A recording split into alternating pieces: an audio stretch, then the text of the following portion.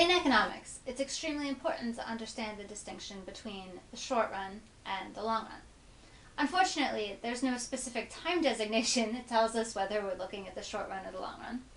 For example, if I said that we were considering a planning horizon of, say, 2 years, we wouldn't be able to say for sure whether that's a long run or a short run scenario. Instead, economists have come up with a number of characteristics that distinguish the short run from the long run. So let's compare short run and long run market characteristics. First off, in the short run, we say that our fixed costs are already paid and are what are called sunk costs. Now, sunk costs are costs that we've already paid and we can't get back, meaning that we can't get a refund on our fixed cost if we choose to not produce anything. For example, fixed costs for a business might be things like a lease on an office building, in which case you've committed to that lease and you can't get a refund on that lease if you choose to not actually use the space. In contrast, we say that the notable feature of the long run is that the long run is the planning horizon over which there are no truly fixed costs, or at least there are no sunk costs. And we have the flexibility to make all the different decisions that are available to us. For example, we can choose what scale of production we want to be at. For example, we can say, okay, I'm going to look at the different sizes of factories that I could lease and choose the one that's right for me. Whereas we say in the short run, because these fixed costs are already paid, we've already committed to a particular factory size, a particular method of production, and so on and so forth. So we can see that the most notable feature of the short run versus the long run is that in the short run we have these sunk fixed costs, and we say that in the long run we have no fixed costs and all of our costs are in fact avoidable. The rest of our distinctions between short run and long run follow directly from this idea of fixed or sunk costs versus no fixed costs.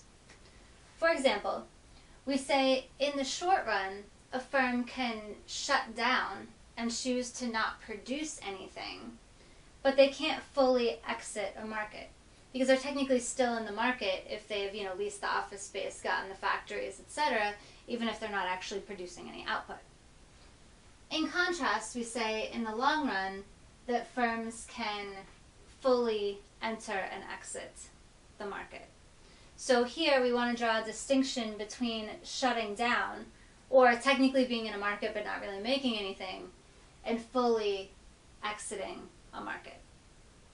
Because of this, we can say that in the short run, the number of firms in a market is fixed because in the short run we don't have entry and exit, whereas in the long run, the number of firms can change because we're allowing for this concept of entry and exit. In the short run, because the fixed costs have already been paid and we can't get them back, the firm's production decision is a little bit different from what we're going to see in the long run.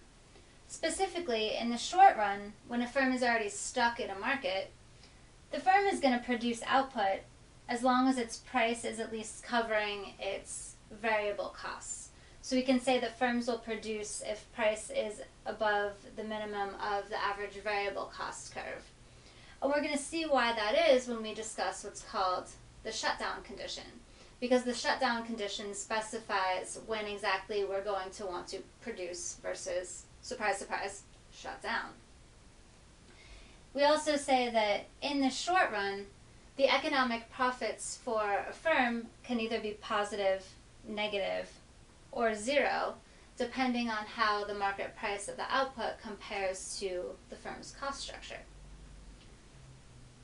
On the other hand, we see that in the long run, we have the conditions for entry and exit being dependent on average total cost here, as opposed to average variable cost, which is what we saw here.